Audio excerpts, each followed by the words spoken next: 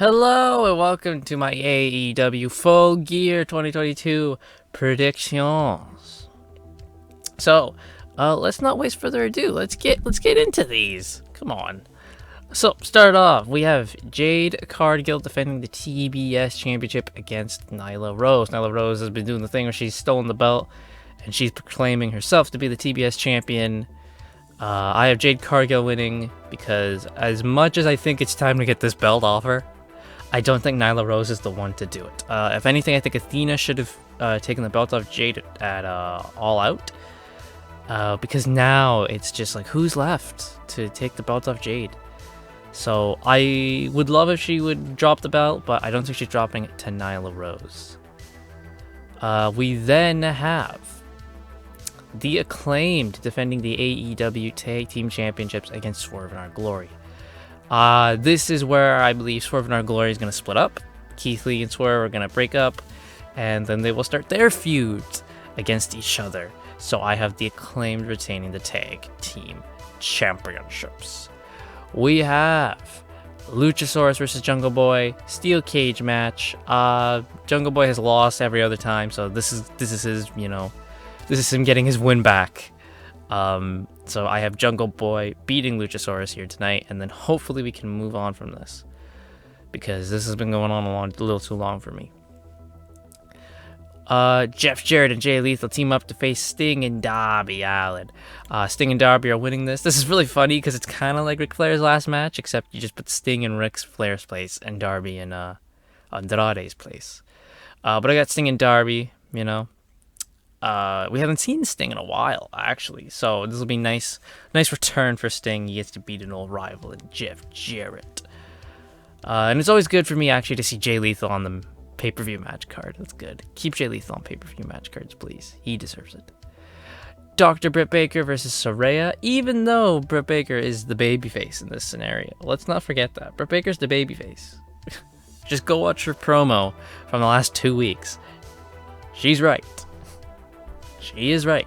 Saraya is just waltzing in this company that she helped build and saying, no, this is my house now. I'm going to take it over. And Britt Baker's like, hell no, you're not. This is my company.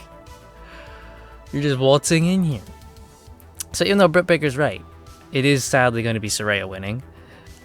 Because, big return. It's her first match in 5 years. She's finally healed, finally ready to compete. And they're not going to just have her lose. So Saraya is winning this match. Then we have the finals for the Eliminator tournament, with the winner getting a world title match at Winter's Coming. We know Ethan Page is in there, but we don't know who he's facing. So look into the tournament. This Friday, Ricky Starks faces Lance Archer. I have Ricky Starks winning. The problem with that is, where the hell is Ricky Starks going to face Brian Cage? The only thing I could think of is Ricky Starks beats Lance Archer on Friday. Then on Full Gear, at either like the pre-show or first match of the night, he beats Brian Cage. Then later on in the night, he faces Ethan Page. And if that does happen, Ethan Page with Ricky Starks, I have Ricky Starks winning this whole tournament. From the very beginning, I had Ricky Starks. Since they showed the brackets, I had Ricky Starks winning. Ricky Starks is winning this tournament. And it'd be a good story, really, to be honest, actually, if they did do that, where, he beat a big guy in Brian Cage, and he has to work through it. He's already wrestled, and he still manages to pull out and beat Ethan Page. So, Ricky Starks is my pick to win this tournament. Triple threat match for the TNT Championship. Wardlow defends against Samoa Joe and Powerhouse Hobbs. It's just a big, meaty boy match. I'm so excited for this one. This match is gonna rule.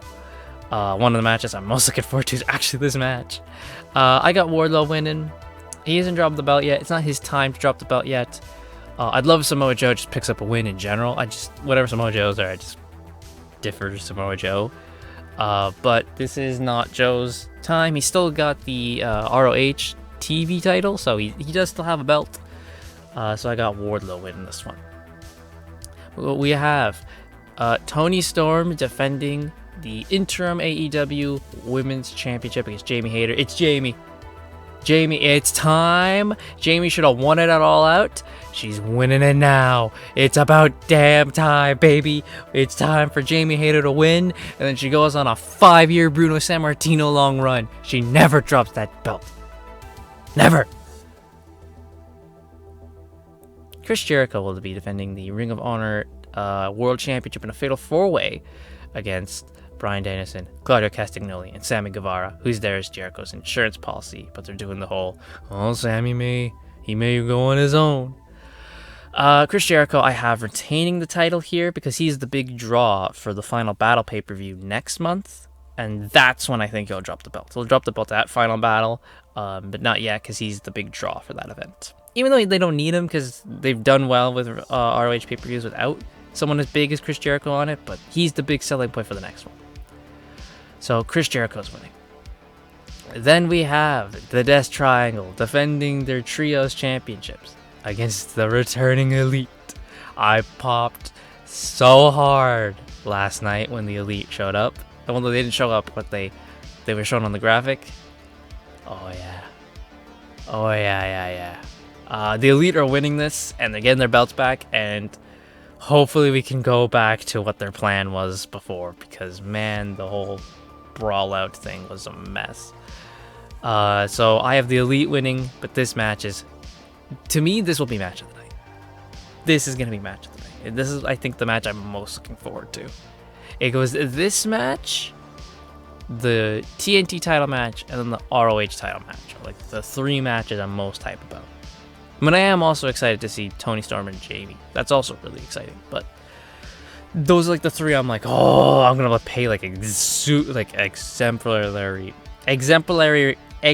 I can't, you know what I mean, attention to it. And then our main event, Jon Moxley defends the World Championship against MJF. This is, of course, MJF's Casino ladder match, poker chip, cash in. MJF, it is time.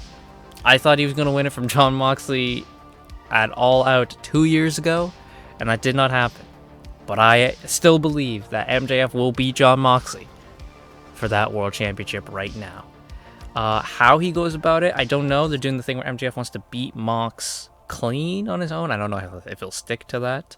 I'd like it if he did. I would really love in this match if MJF just keeps kicking out of everything Mox does. Like, Mox hits a paradigm shift. MJF kicks out. He hits another one. MJF kicks out. You know, he gets him the Bulldog choke. MJF refuses to submit and fights his way out of it. You know, like, MJF just does not quit. That's what I want to see from MJF in this match. And then in the end, he wins it! And then at Winter's Coming, MJF, Ricky Starks for the world title. Sign me up. And that's it. Those are my predictions for AEW Full Gear. They're going to add probably 50 more matches in the time between this recording goes out and Rampage. So this will be out of date very quick. But that's it. Those are my predictions for Full Gear. Looking forward to it. I always look forward to AEW pay-per-views because they are fantastic. It's also on a Saturday, and I love Saturday pay-per-views. So let me know what your guys' predictions are in the comments down below, and what match you most looking forward to as well. And I will see you all next time.